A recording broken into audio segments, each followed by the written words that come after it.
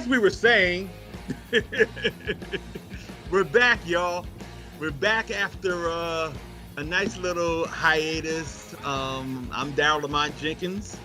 Brian Powers and Christian Perez are here with me. And we have brought back the IDAVOX report, but we're not live this time. Now we're trying to something a little new here. So, we're going to do things pre-recorded so that we can have a more refined show. And I just want to say long time no see to my dear pals. What's going on, Bri, Chris? Doing okay. Doing good, man. I'm very glad to be back, man. It's nice and just I think for our audience, we're recording this Father's Day, Sunday. Was it June 19th? Juneteenth, also known as Juneteenth. Also known as Juneteenth. So it's a really cool day of barbecues, man. Get out there and grill whatever you're gonna grill, because you got a lot of reasons to do it today. It's a really cool day, man. I wish we had some better weather up here, but I'm glad to be back. Yeah, I mean, I heard you got rain up there in Old Maine. I mean, we're pretty breezy here, but we should be fine tomorrow. I'm actually going to be at the beach, at the shore later on today and tomorrow. So I'll be with an old friend whose birthday it is this week. So nice. What shore town you going to go visit? I'm rocking Asbury Park. Asbury Park. One. Okay. Yeah. All right. Cool.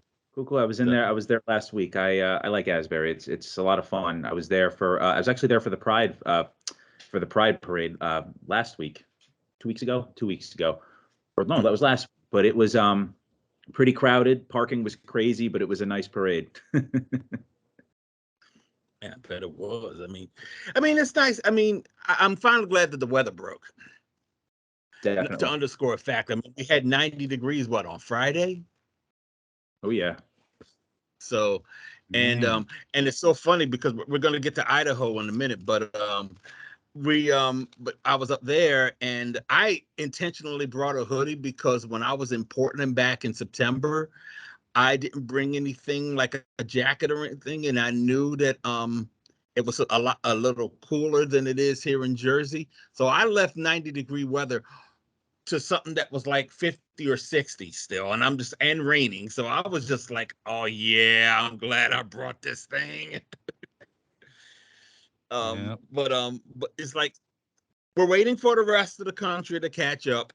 But I'm happy with the weather as it is right now. So happy summer, y'all, because that's what's tomorrow. Tomorrow's summer. Oh yeah. Yes. Tomorrow's summer solstice.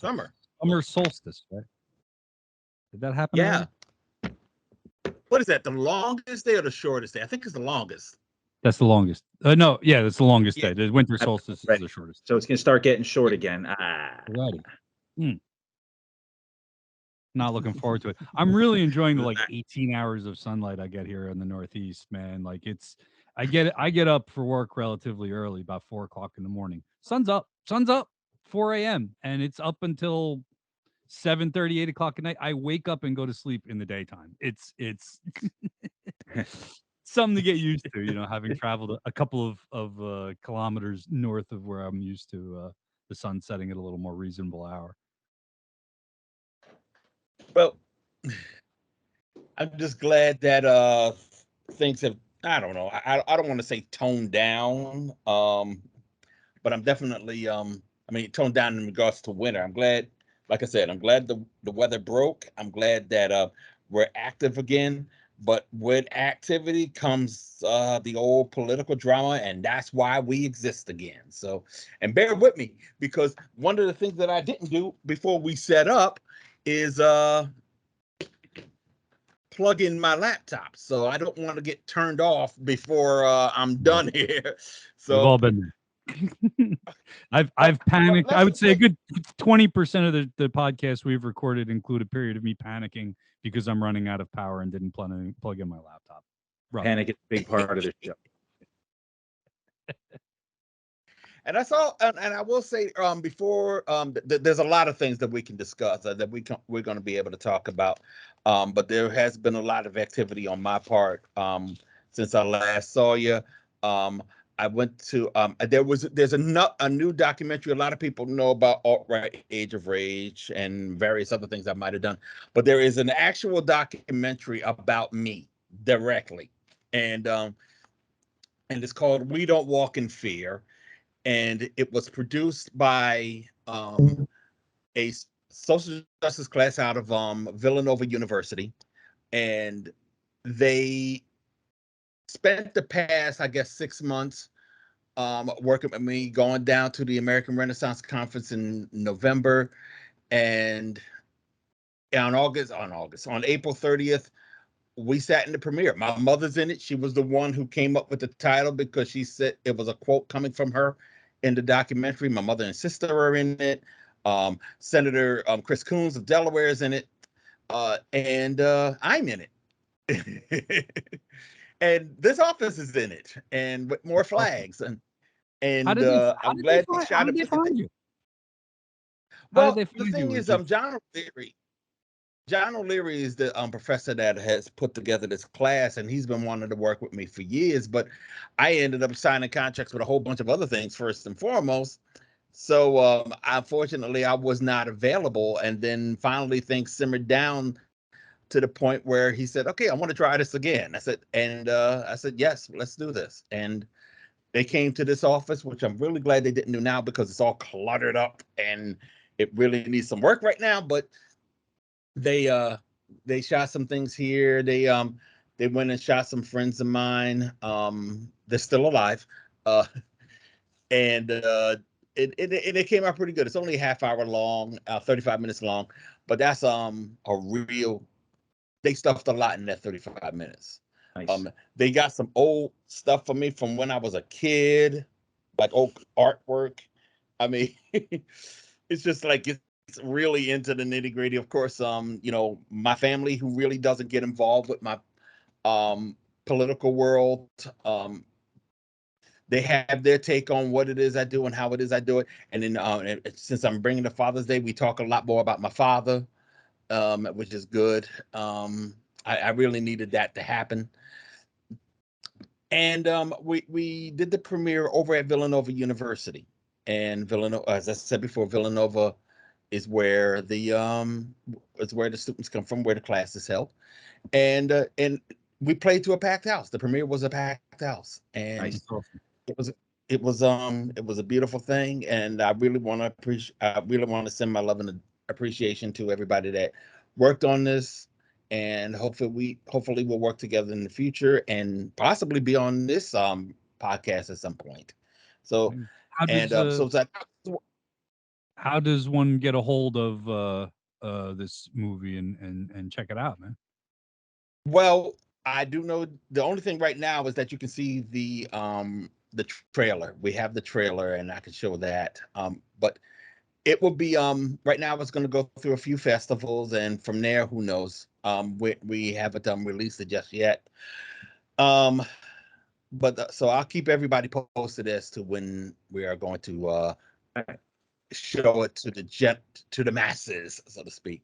And so what else I did? Oh yes, I went to go see Sepultura, Sacred Reich, Crowbar, and I guess they called The Art of War. It was a small band, I think, out of LA. I saw them over at Webster Hall, and good show. Although Sepultura doesn't have Igor and yeah, damn. Not Max. Yeah. Max.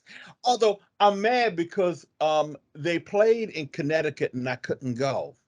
They played in Connecticut on June 1st and I couldn't go. Max and you went to the Cavalera show, so I guess you never made it, huh? I never made it. I was just too damn busy. Damn busy and too damn broke. As a fact, we may as well slip into Idaho.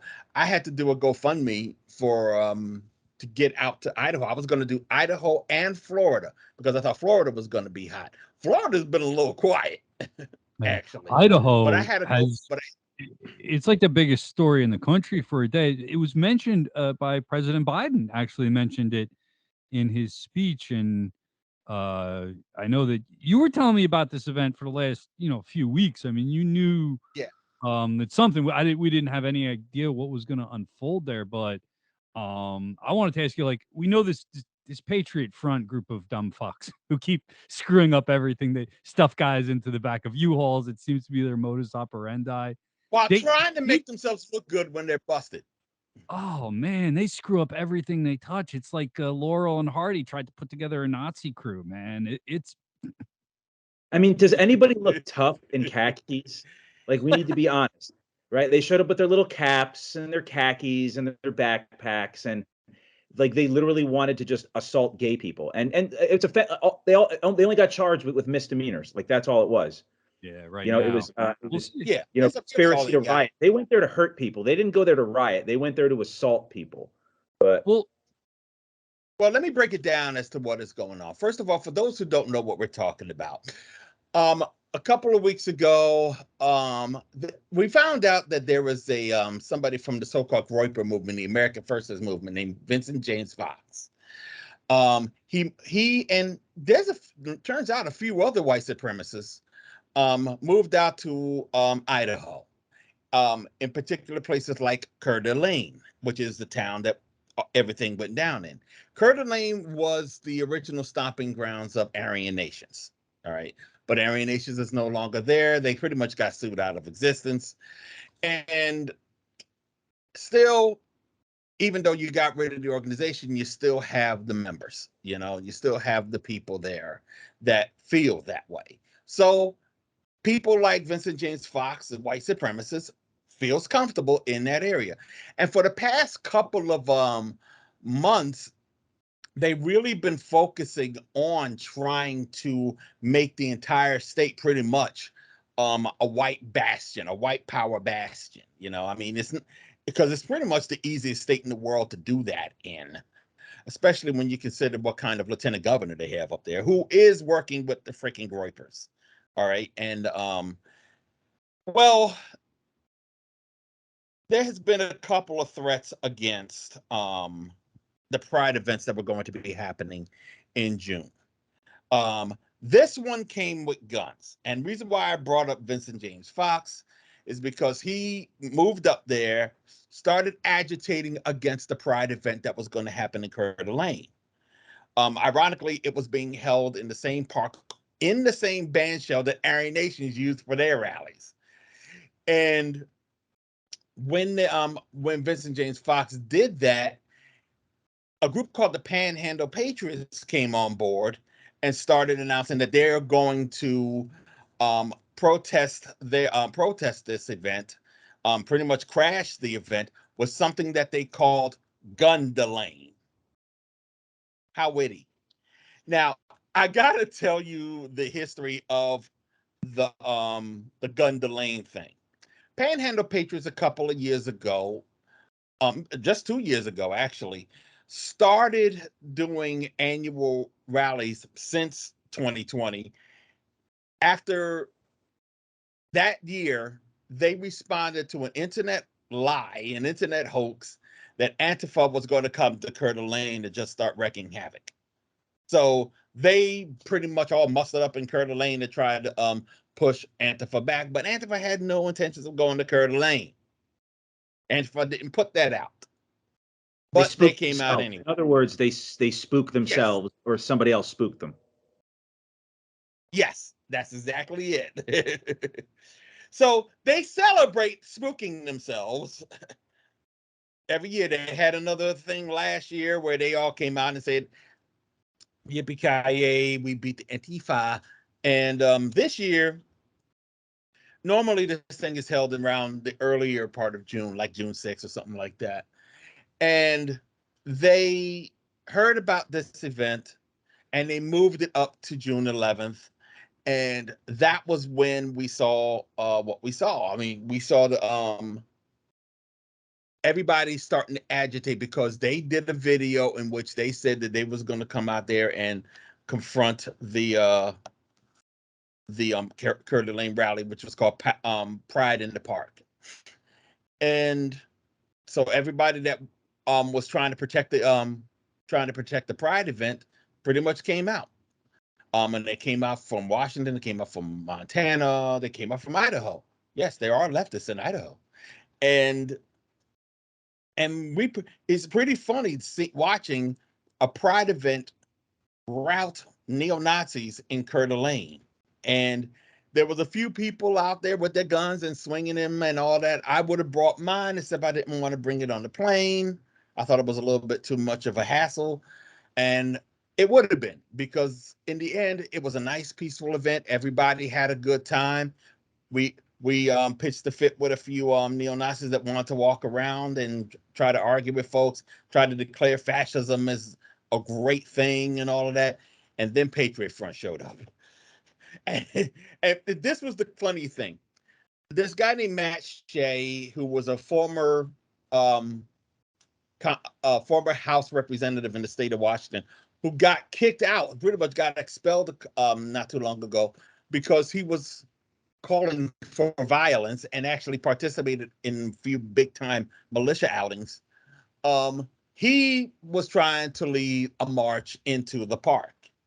Now, if I remember correctly, they got stopped before they were not allowed in. They were not going to be allowed to go into the park and cause some grief. You know, that was at the same time. I mean, I was sitting in a pavilion with a bunch of picnic tables and stuff like that. I was sitting there when we got a message on our phone saying Patriot Front just got detained. Now, we saw a few people dressed like Patriot Front, unmasked, and we assumed that they were there, but they didn't make any announcement that they were going to show. When we saw the message that Patriot Front got detained, I mean, when I saw it, I hightailed it over to where they were arrested, and it wasn't too far away from the park. It was on the other side of the park. Now, when we talk about violence when it comes to Patriot Front likes to put on a show. They like to drive up in their little renter trucks, jump out of the back, march, throw a smoke grenade so they can come out of the smoke, and then jump back into their van and then drive off again. But so they really just all smoke and mirrors, no pun intended. And I want to add that they were from 11 states, and I don't think any of them were actually from Idaho. They were from like Texas, Colorado. They were from Idaho, and the other 29 of them were from out. See, these are outside agitators who came there to cause havoc. And yeah, I don't think these conspiracy charges are enough. I think these people were there to do serious harm. Daryl makes a point that generally speaking, their past practice has been, stuff for social media. They're trying to make themselves cool. Yeah. By doing this dumb shit, but it's gonna keep escalating. It will escalate. I'm saying what was going to happen at this event, we don't know. It didn't happen, thank God. I think, but at some point it's going to turn towards violence. This doesn't get better. You don't keep doing this dumb shit and it stays, TikTok videos. People have and will continue to really get hurt, and it's going to start to snowball. If they continue. Well, I have a point to make about that, but I think one of the things we should do is probably should take a look at the scenes of that day to give people an idea of what it is we saw. And by the way, y'all, Idaho is nice. Idaho is a beautiful spot, but it could be a lot more beautiful if we were to get rid of this freaking element. I was supposed to go to Missoula. They invited me to go to Missoula, Montana, to deal with a bunch of freaking Nazis out there. The NSM was supposed to be marching yesterday. Only 5 of them showed up. So Missoula's trying to do something to keep them down. So, but I want to show everybody this clip from Idaho and give you an idea of what it is we experience.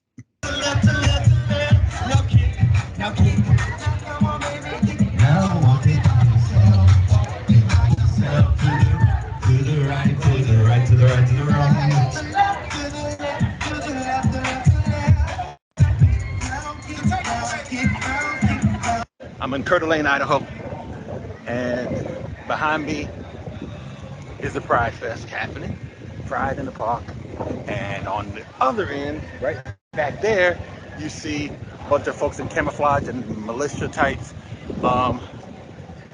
singing Christian hymns and hating on everybody that's here. And sings my soul, my Savior God to thee.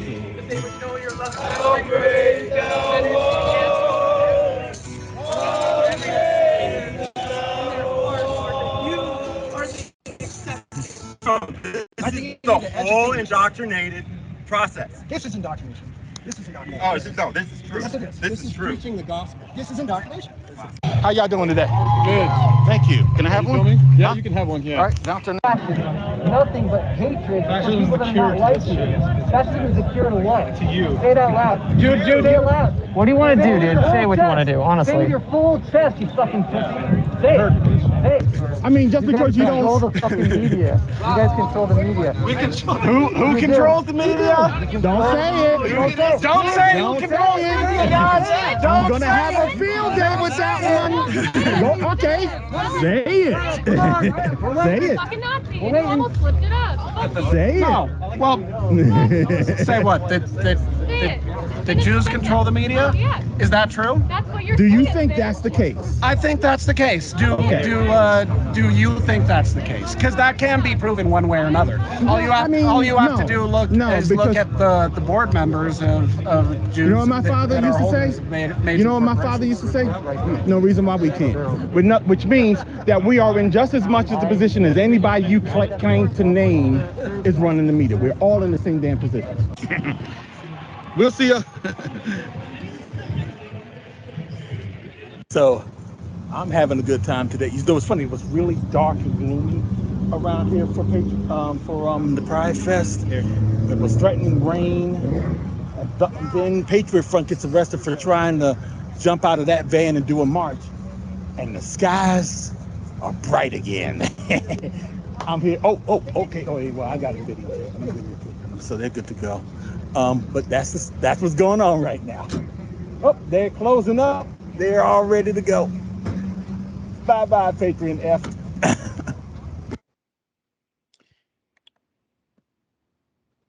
I was laughing. It was some serious stuff in there, but I was laughing at the beat because the juxtaposition of the pictures of Pride Day and people dancing and having fun and laughing to some wonderful music, and then cut to these people singing this droning, horrible music, clearly not having a good time, filled with hate. I mean, it's just a difference between people who are happy with their lives and people who are fucking miserable, man. It really was.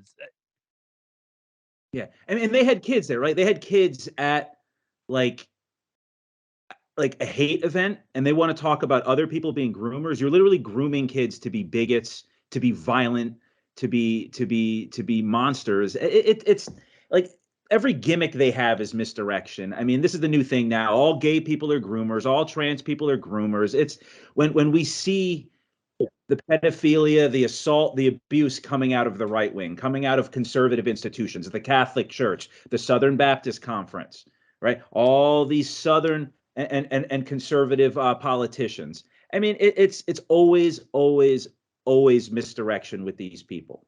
And, you know, this is their new thing, is all gay people, all trans people are groomers. This is from what I've heard, this is going to be their new grift. They're going after the drag queens and all that. That's their new thing. They're calling them all groomers now.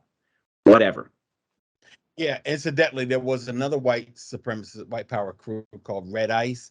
They're a media outlet for neo-Nazis. And they apparently moved to Idaho, too.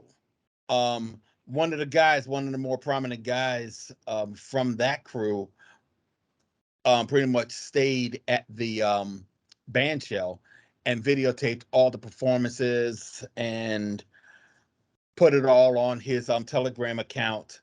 And it actually made us look good. We looked like we were having a good time. Looked like the drag queens were having a good time. Looked like the people that were participating in the event were having a good time. And it really didn't pretty much sold us. Incidentally, I should point out that the guy with the blonde hair and the sunglasses and the maroon flight jacket, his name is Chadwick Hegger, Hegger, I believe his last name is. Yes, Old goth kid, some goth kid who got radicalized a couple of years ago, and now he's messing around passing out flyers that used to have Vanguard America's name on it. They took that off. Vanguard America was the group that was in Charlottesville that spawned Patriot Front. When Thomas Rousseau was in Charlottesville, he was representing Vanguard America. After Charlottesville, he pretty much took the website and everything and reconfigured it to what is now known as Patriot Front. Now, Thomas And Rufo was one of the guys arrested in Idaho, right? Or he was one of the Patriot right, Front he's members that 23 got years old. handcuffed. Long hair. Yeah, he's the only one that you never see with a mask on, and that's comical because now every one of them that was in that van now no longer need to wear a mask, and it was so funny because while they did get arrested for misdemeanors, one of those guys we found out was actually out on bail in Texas on a felony charge. He had no business in Idaho. So his name is Stephen Derek Tucker. And why was he in jail? Is he facing charges? Tell us, He threatened his roommate with a knife, who he is supposed to have a dating relationship with. Oh, yeah. I'm not going to mention the person's name, but that person's name is a Spanish name. Oh, yeah. A Spanish male name. Oh, he's into Latin dudes, and he's a white supremacist. Gotta love it. Listen, it's so much of this. And what was he doing in Idaho? Trying to disrupt a pride parade. So this is the kind of dysfunction that we're dealing with. If it does turn out that his partner was in fact a female and in fact Hispanic, there's a lot of hypocrisy going on, but most importantly, a lot of dysfunction.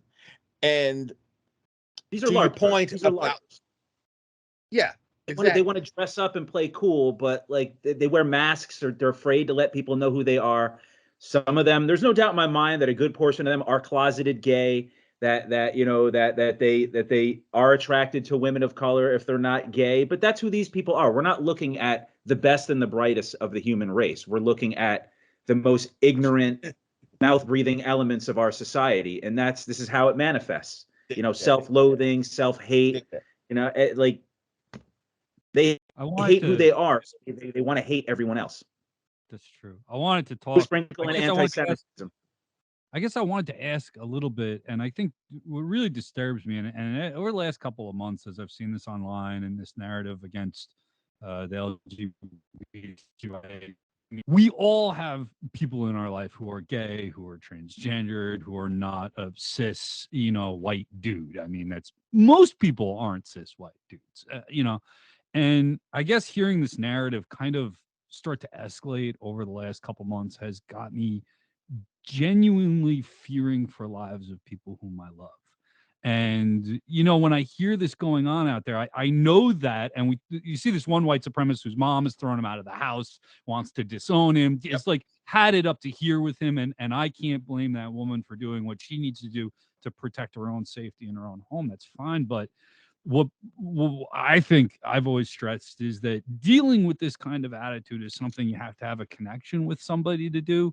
And Daryl, you've coached people out of, these extreme beliefs before, and you have to get close to people. If you're already close to somebody who's believing this nonsense, I mean, it really is on you to use your personal relationship with that person to try to influence them. We do our thing in public. You're going to show up in public in a U-Haul. If you're going to show up in public in a U-Haul and try to disrupt an event, you're going to get arrested, and that's great and that kind of stuff. But that's not going to teach. Prison system, the justice system doesn't teach people anti-racism. That's up to us. And man, they're going to start killing people. They're going to start killing gay people. They're going to start killing trans people over nothing, over a fucking ridiculous lie, a conspiracy theory. Your priest, your straight, unmarried, holier than thou priest is far more likely to be a pedophile than an openly gay or an openly transgendered person. And that's provable. So I just hope that people take this threat seriously, because I'm worried about it. And it keeps me up at night.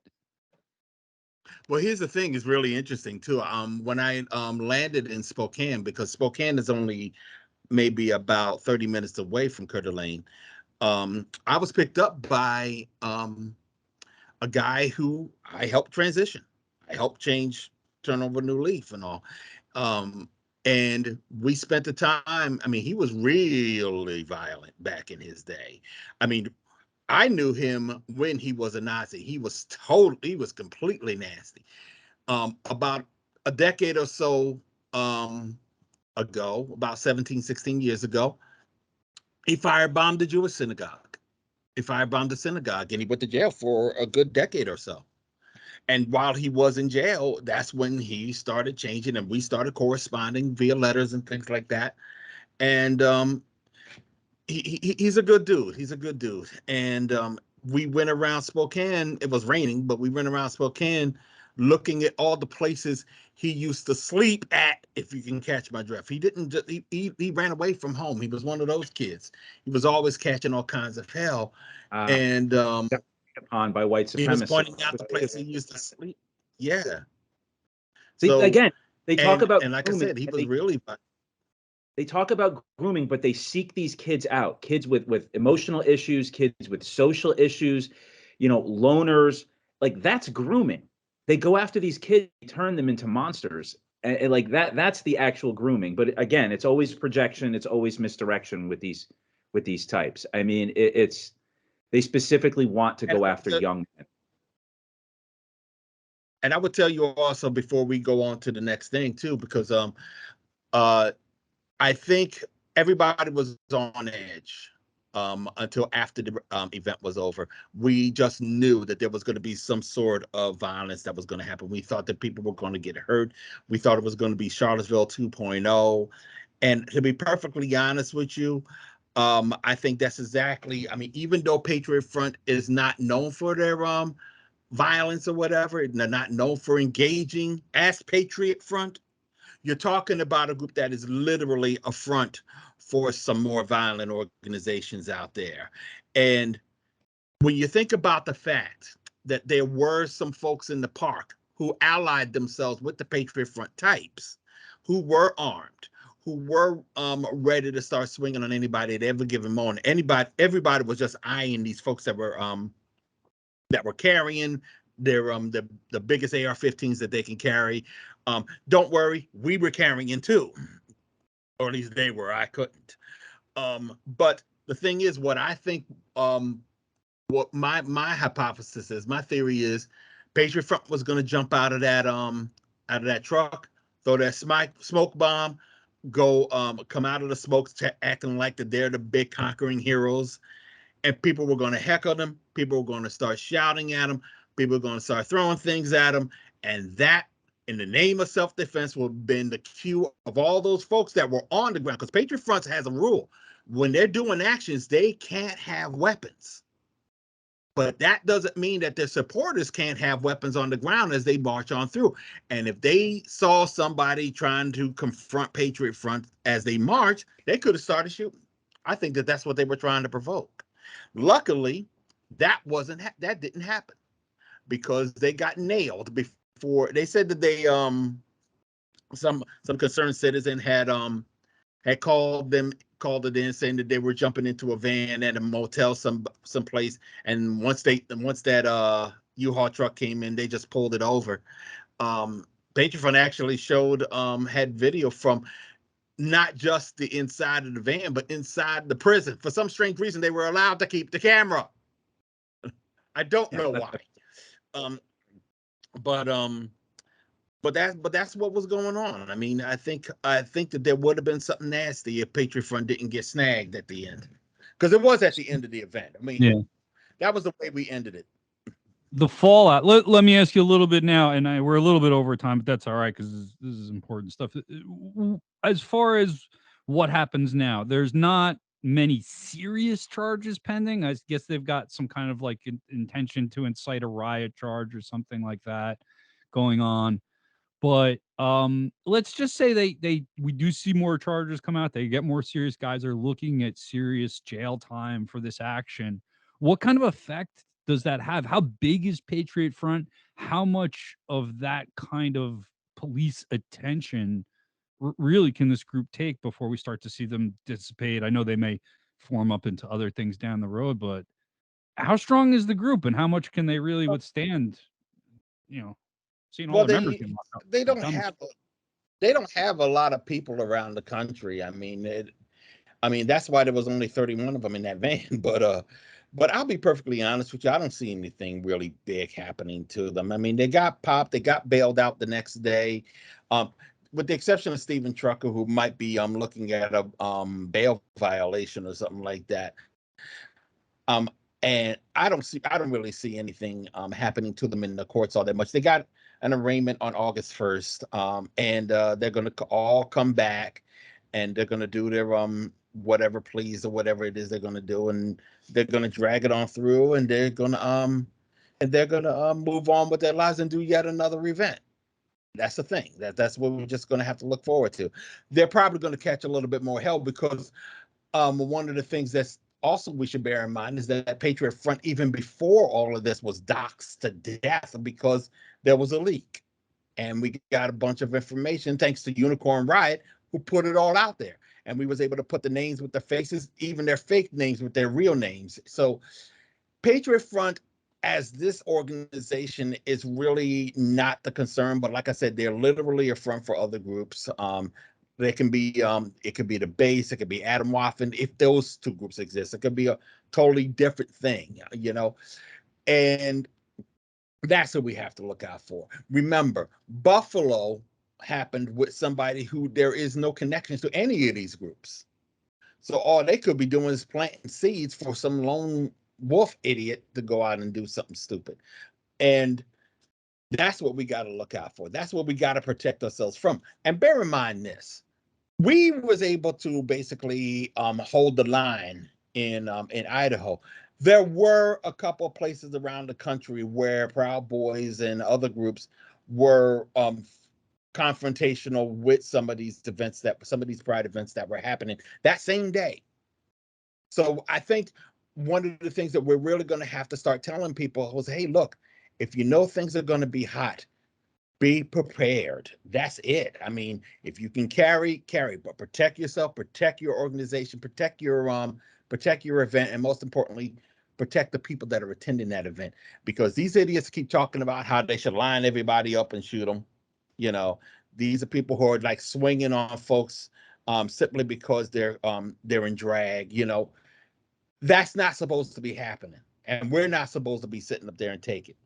Okay, so just protect yourself in the next couple of weeks to the next couple of months, because also remember, this isn't the only thing that they're going after. They're going after Black people because of CRT. They're going after women because they want to protect their right to choose. These are the things that they're really rallying around, really threatening violence against. Of course, we're going to talk about January 6th, and they're still pissed off about that. Yeah. So. And that's all I got to say on it.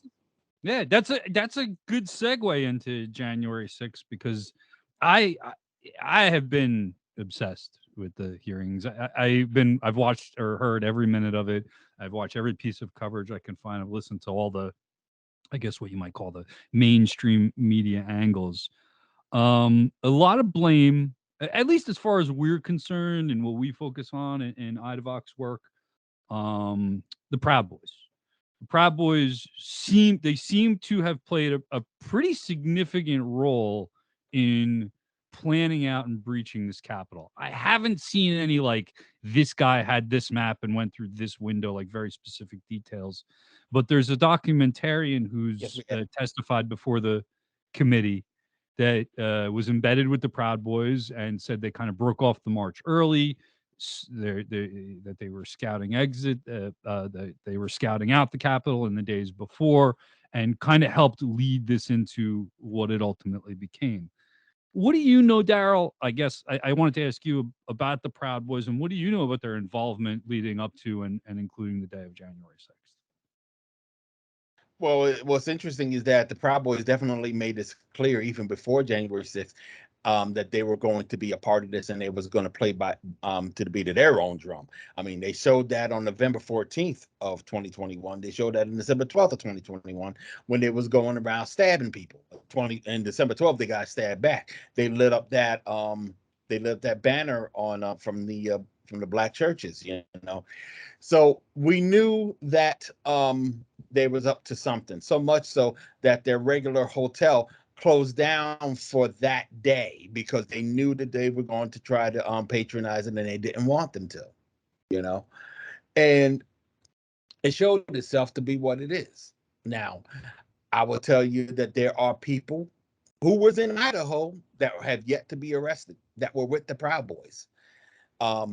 So those folks are out there doing their whole Free the Boys routine and trying to basically make money off of it. But the truth of the matter is, we are looking at a terrorist organization that's showing themselves to be a terrorist organization with January 6th. And I made the point. I was actually on MSNBC just before I went out to Coeur d'Alene that morning. And I told them, look, if they're being seen this way, then we have to basically start recognizing that their supporters are just as dangerous. And I mean, really, that's what January 6th amounts to. Incidentally, what I had said on MSNBC was that Gavin McInnes, the founder of the Proud Boys, a Canadian national, needs to be deported. Yeah. He has no business in this country. Yeah. He has no damn business in this country. So I'm watching these hearings, right? And I'm watching a very different kind of congressional hearing. You can look back. I was young, but I know what happened during the Watergate hearings. There's kind of like this momentum that built. I remember a lot of different hearings. I remember Clarence Thomas's hearings when he was getting appointed to the Supreme Court. I remember a lot of different congressional hearings kind of being a big deal in my lifetime. But it's always been live. It's always been in full kind of, you're watching the person take the stand and get sworn in. This is a very produced segments of hearings, and it's put together to make a point. It's trying to, I think I give them credit as much as I distrust the United States government and our system of justice. I think a lot of the people on the committee are trying to get at the truth, but they're trying to convince people that aren't going to be convinced. And I think that's the real heart of the matter here. Maybe if you're on the fence, if you don't know, if you have been living on Mars for last years and you don't have an opinion, sure, you would be convinced that Donald Trump tried to overthrow the United States government that day. That's what he did. It's obvious. I didn't need a hearing to teach me that. I saw it with my own two eyeballs as it was happening. They're not watching. The right wing is watching it. They are not paying attention to anything that conflicts with their currently held beliefs. They don't give a shit that this guy, they love America. This guy tried to overthrow their government. They can't put those two things together. Their brains are fucked up. And I think that's the problem with these hearings. Look, I was having this conversation with my wife yesterday. The anti-Pence GOP is the dumbest element of the dumbest political party, right? Because Mike Pence, Bill Barr, all these people pointing the finger at Trump, they're thick as thieves with Trump. They were okay with him being a crooked president. They're okay with him being a racist president. They're okay with everything he did except for lying about the election, right? Mike Pence is a conservative icon. So if you really think that Mike Pence is all of a sudden some kind of magical traitor to your cause because he didn't want to follow Trump, I mean, that is a break from reality, right? These are people that will not be convinced by a congressional committee that they already don't trust. They don't like Liz Cheney anymore, right? And you could see it in the interviews. Ted Cruz and all these other Republicans, they're calling it a show trial. You see it on Fox News and right-wing media. They're playing it down. They're blowing it off. And I don't know what the reaction's going to be after this, because I don't think anybody new is convinced. Everybody knew who Trump is. Everybody knows at this point. So, I mean, my wife brought up a good point yesterday also. We're still wasting resources on Donald Trump as a country. We're still wasting millions and millions of dollars every day on Donald Trump.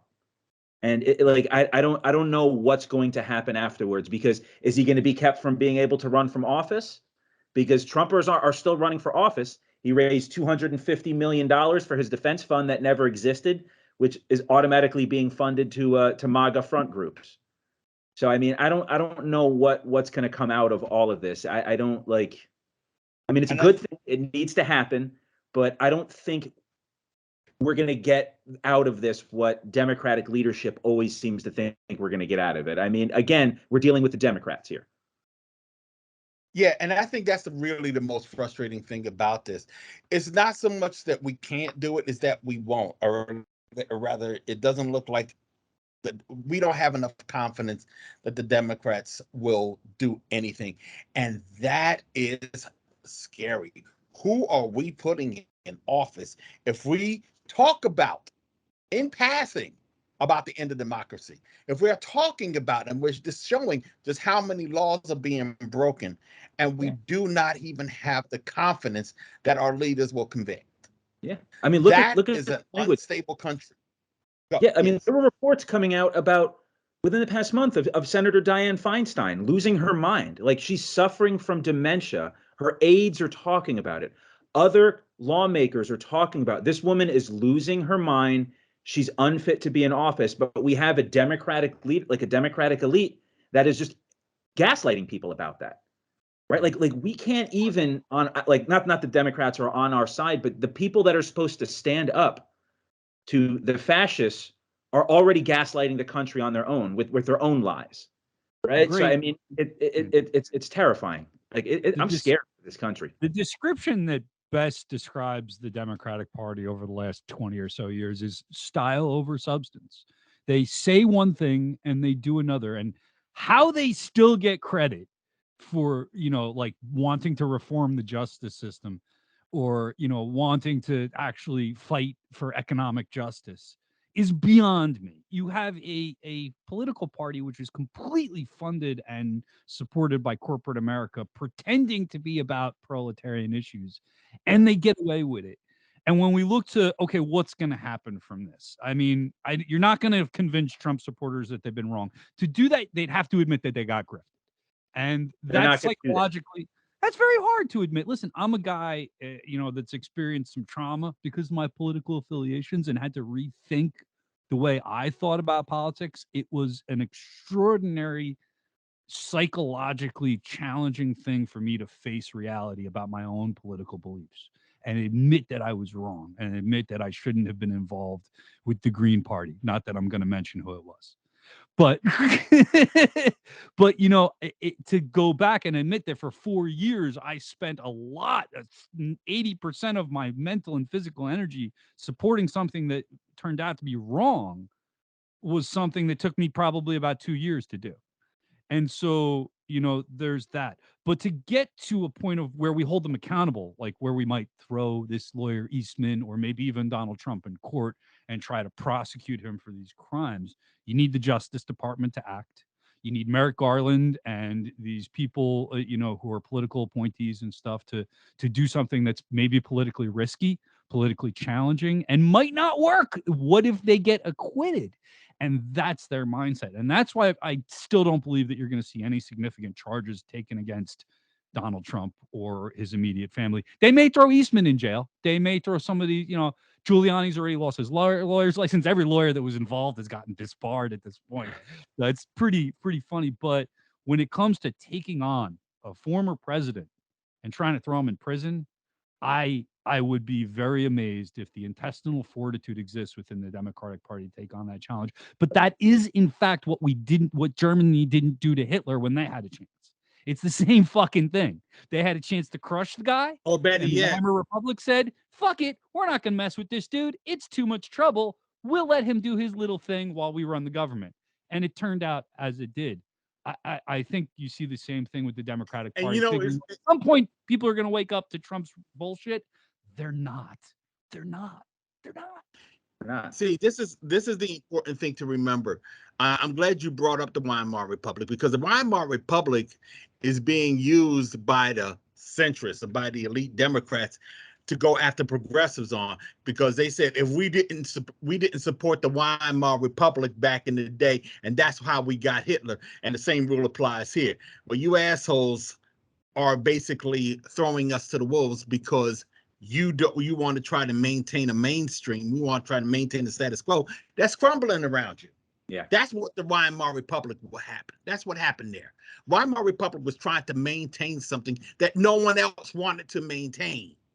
No, And there was no because history of democracy in Germany. There was no history of like free speech. They weren't ready for it, right? Like Germany, like it's like Iraq. These people had no like their history of democracy isn't like, well, not that the United States is the paragon of democracy, but like Germany had no history of democracy. They had had an entire history of kings and emperors and authoritarians, and then all of a sudden they're thrust democracy. They weren't ready for it. They weren't ready for it. no. And I think that the whole thing about when people say those who forget history are doomed to repeat it, I always try to make sure that people know that those who remember history are blessed not to. So we already know the lessons of the Weimar Republic. And thanks to some elitist Democrats, they're reminding us. So we know not to make that mistake again. We got to fight harder. We got to fight harder because in truth, when it comes to fighting conservatism and right-wing politics, it's really within the Democratic Party that we have to engage in that fight. I mean, there are I think a lot of reasons why they get over is because they actually are governing. And the reason why they are governing is because they do have good people in the Democratic Party. Those same people would not be Democrats in any other political structure. They would have been a little bit more left of center party, you know? And but because there's such a stranglehold, the two major parties have such a stranglehold on the political process that they feel they have no choice. And that's the only thing that's saving the Weimar Democrats, you know? And I mean, look at what they're doing with Mike Pence. They're trying to turn Mike Pence into a hero. We got to just basically make it clear at some point. Yeah. Mm-hmm. Well, hell, take a look at the whole thing with Liz Cheney. I mean, somebody, I think it was Robert Reich, that was comparing her to Paul Wellstone. Oh, they've got her up on a page. She's Lenin. She's leading the revolution. She should be into president. The promised land, man. I'm telling you, they Democrats got love supporting Republicans. Democrats, like, pathologically, it's pathological. Like this obsession with like compromise, right? And it's like, again, like you want to put Mike Pence on a pedestal. Let's say in this alternate world, Trump goes away. And then Mike Pence becomes president of the United States. What do you think he's going to do with the Democrats? You think he's going to turn around and say, well, they supported me? No, he's going to move forward with a right-wing agenda. He's going to move forward with the same agenda that Trump had. Democrats cannot help themselves. Like, look at how they're trying to reform George W. Bush, right? Michelle Obama hugging up on George W. Bush. It's like these people, it's this obsession with like this I don't know, this obsession with like rose-colored glasses, this obsession with trying to promote an America that doesn't exist. I mean, they're not as bad as the Republicans, but it's the same thing. Wait till Kissinger dies. If Kissinger dies. Oh, I've been waiting forever. It happened already. If he was able to die, he would have died. He would have died. Yeah, he would have died. But from what I understand, he's actually an energy vampire, and he sucks living energy from people around him, and that's how he stays alive. He's Colin from. I actually ran into that guy in Penn Station in New York. God, creep! Like, talk about somebody that belongs behind bars. I would love to like ship him in a crate to Vietnam and let him sit in a Vietnamese prison for however long he's got left in his life.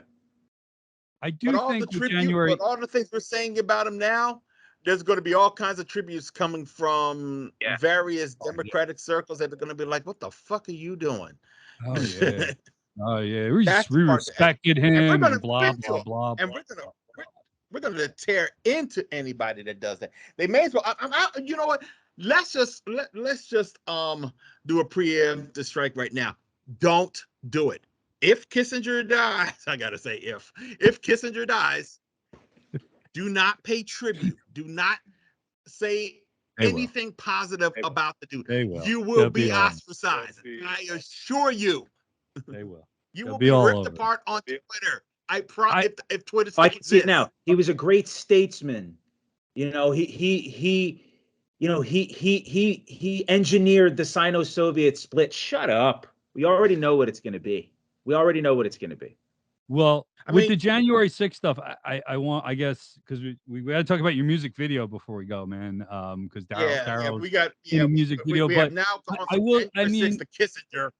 yeah, I did want to, I guess, one last thing for me on January 6th, and Chris, mentioned that your wife was saying like we put all this energy and this money into Trump, and I agree. It's frustrating and it's exhausting and it's too much time and energy spent on this guy. But history matters. History is important. How history is remembered is particularly important. We're living in this moment now, and we're, I brought up the fact that we're not convincing Trump supporters, but down the road, people are going to be looking at this as I think it's comparable to Watergate. It's comparable to other political scandals, and I think it's important that the historical record be correct. I think that the hearings have provided a level of detail that we wouldn't have known had they not been heard. I agree that it's a show. I agree that the substance is left me in doubt whether anything significant is actually going to come of it. I don't know. But I do think it's setting a historical record that's correct and factual. And we can draw on that, and our kids can draw on that, and hopefully generations can draw on it. And I mean, learn we're still the lessons. I mean, we're making the war was so. I mean, but I think that's important. So I encourage people to watch it. I've been telling people that they should pay attention because this guy's going to be running for president in a couple of years. And, if he gets back in office, he's already said he'll probably pardon everybody that was involved. So you'll see every Proud Boy out of jail. You'll see everybody in that van arrested out of jail, Yeah. I mean, and that's a problem. Well, that wasn't a federal arrest.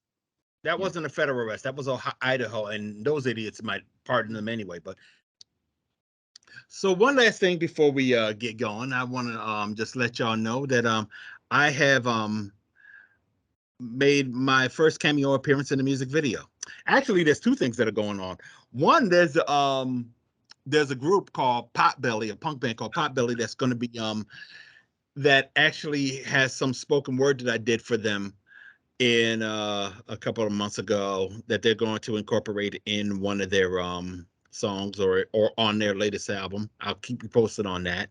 Band called Battalion Zoska has a voice clip of me talking about the Proud Boys. So you can check that, check their latest thing out. But this is my first music video. My first music video cameo as a famous person. I'm extremely jealous. Actually, my first. Very jealous. This is, oh man, I had fun doing it too because they had me decked out like a Black Panther and everything. But it's real good. But it's a real good video. And let me tell you a little something about the band. Now, a lot of y'all are probably familiar with a band out of New York called Reconstruction. And Reconstruction was fronted by a brother named Not For Profit. Not For Profit has had a couple of projects since Reconstruction, Ex Vandals, and the like. But this is his latest one. It's called Abrazos Army. Abrazos is Spanish for hugs. And basically it's kind of like a salsa punk. Yeah, heavy that's on the how I would salsa. describe it. It was definitely punk, and it was salsa, but it wasn't salsa and it wasn't punk. It was like both but neither. I was digging like the congas. I was like, oh, this is like really heavy Latin. I was like, okay, all right. Is it punksa? And like and very punk. political too. Punk. Spunk. It's definitely the team up you didn't know you wanted. It's the most ambitious team up of our era, punk and salsa. It is definitely something unique. It's something that draws your attention to its uniqueness, man. It's a cool vibe. I dig it a lot. But it's good music. They got a couple of videos. Just go to Abrazos Army. It's ABRAZOS Army. And you can find their website, abrazosarmy.com. You can find them on YouTube. But the video that I'm in is something called Bronx is Burning. And we shot a little bit of it in the Bronx, or at least my part of it in the Bronx. Well, the band is based out of the Bronx. And a couple of weeks ago, I went to their premiere. premiere event over at the over at a cultural center that they have over in the Bronx, and I'm going to show you exactly what that looked like. What's up, y'all? DLJ here. I'm here at the Bronx Music Heritage Center. Brasso's Army is going to be debuting their new music video for Bronx is Burning. I'm in the video, so I needed to come out here and just check out what's going on, and you're going to check it out with me. So let's do this. Bronx burning in the summer heat, high learning on every ghetto street, motion blue is going up smoke, deja vu, uptown is getting woke. The video features Brasso's Army, which is a band from the barrio, all the barrios. And it was shot by Omar Villegas, who's over there.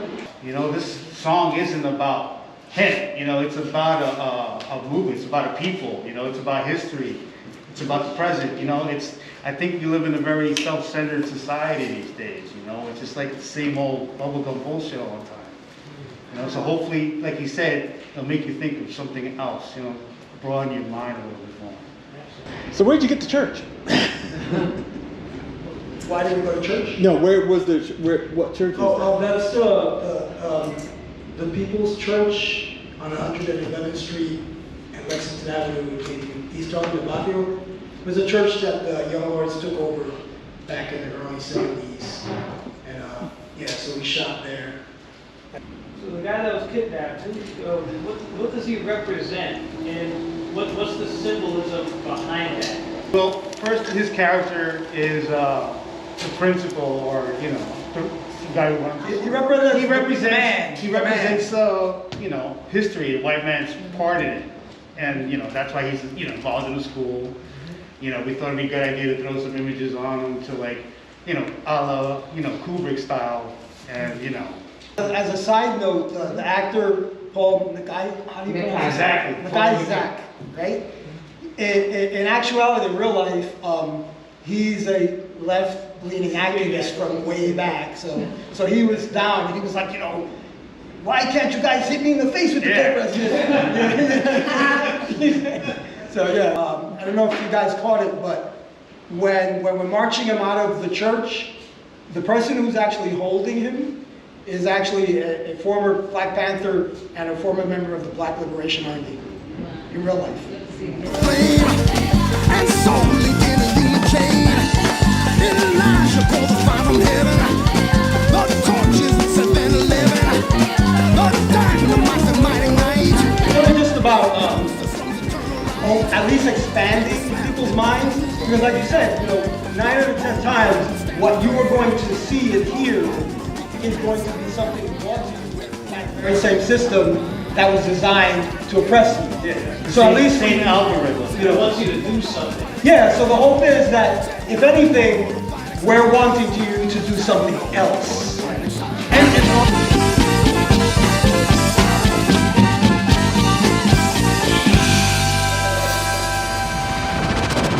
Fort Apache, the Bronx. The fuse has been lit. So that was my experience. What did you think of that lovely clip? Nah, just kidding. That was good. I like the intro with the every Puerto Rican knows "Qué bonita bandera, qué bonita bandera, qué bonita bandera, la bandera puertorriqueña." That's an old song sung by many people, and they're basically saying how beautiful is the flag, how beautiful is the flag of Puerto Rico. And it's every Puerto Rican knows it. It is almost like a national anthem. So when it caught me in the feels starting off with that. I'm like, ooh, he knows what he's doing. He knows what he's doing. Oh yes, he's known. Well, I've been working with him for years now, and I'm from Reconstruction on, and this song is just powerful. So we're gonna end with this. We're gonna end this this broadcast with that video. But before we do that, what was that, Bri? But before we do that, we have to ask for money. We have to ask for money, and Daryl and me, myself, and Christian, we don't like asking for money, and that's why we almost forgot. But Daryl taught. Daryl went out to Idaho. He was able to provide insight. He was able to get some clips and footage and educate people I watched some of your live streaming, so I saw that interview with the one douchebag, a couple of days ago. But look, it cost him gas money. He had to rent a car. He needs a place to sleep. Plane tickets. We can do with what y'all help us out with. I mean, if you give us $5, we're going to take that $5 and turn it into a piece of content. We're going to get Daryl out to support a live event. If you give us $20, if you give us $30, that's what it goes to. So, this report is called the IDAVOX report. I'm a part of IDAVOX. Chris, Daryl, of course, founded it, but you too are a part of IDAVOX, and you can be a part just by helping them out with a tank of gas, just by becoming a regular subscriber. So go to onepeoplesproject.com, go to idavox.com.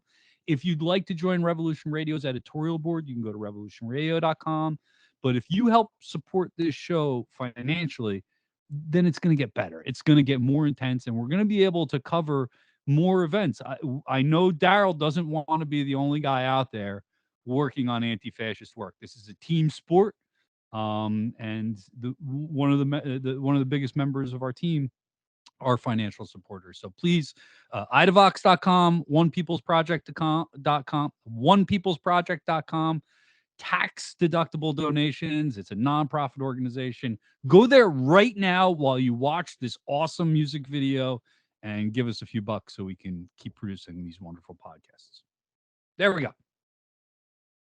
Now I should also point out, before we go to that video, I just want to say that first of all, I want to thank everybody for watching us today. I'm glad to be back.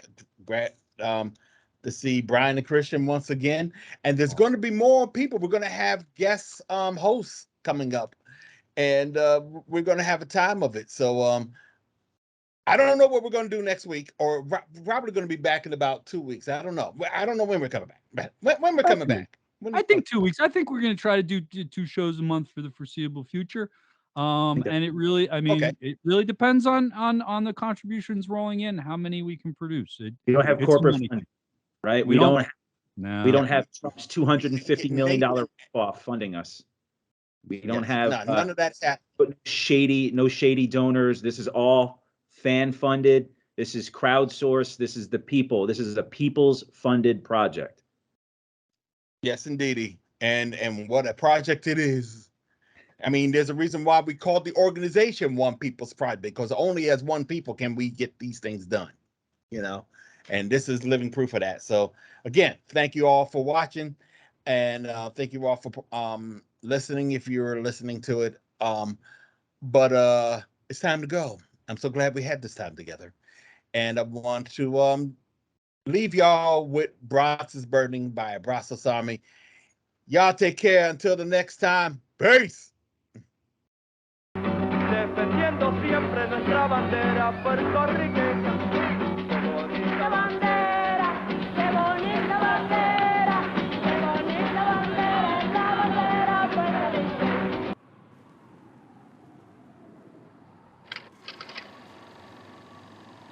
We make no distinction between the jails and our streets. Our people are killed in the streets all the time. A brother by the name of Johnny is killed in the Bronx by the police. Sister by the name of Carmen Rodriguez to Lincoln Hospital by an abortion. We say that it's all the same thing, that it's genocide against third world people, black and Puerto Rican people, and that's why we're charging the city with murder. Julio, vengan, los boricuas se vengarán. Julio, vengan, los boricuas se vengarán. Despierta, boricua, defiende lo tuyo. Despierta, boricua, defiende lo tuyo. Despierta, boricua, defiende lo tuyo.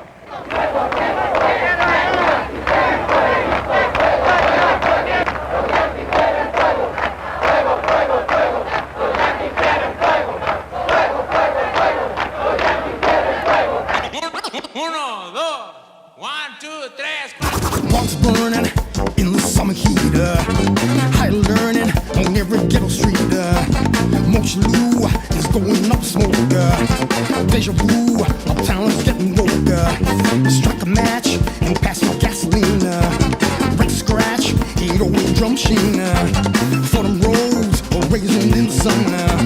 Lock and load, the party's just begun.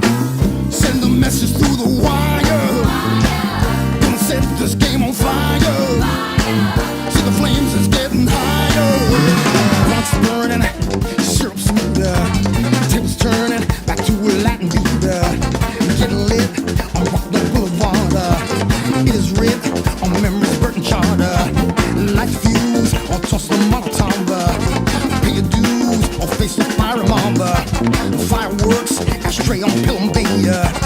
DJ Herc and love will light the way. Send the message through the wire. Don't set this game on fire. See the flames that's getting higher, higher, higher.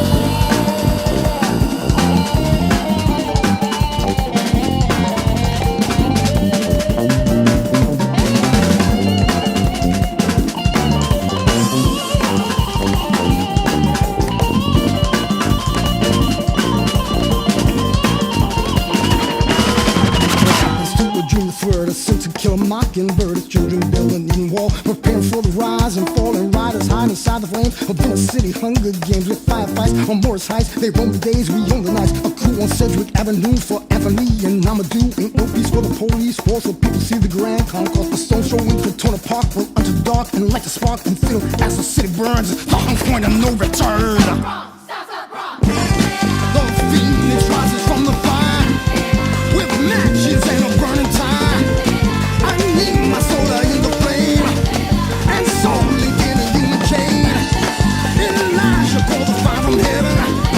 The torches at 7-Eleven. The dynamite that might ignite becomes the sun's eternal light. Can you smell it buzzing through the air? No holy hell will stand the prayer. Oh, Puerto Rican Palestine with kerosene and holy wine. God gave no other rainbow sign. No more water fight next time. Said no more water fight next time. Said no more water fight next time.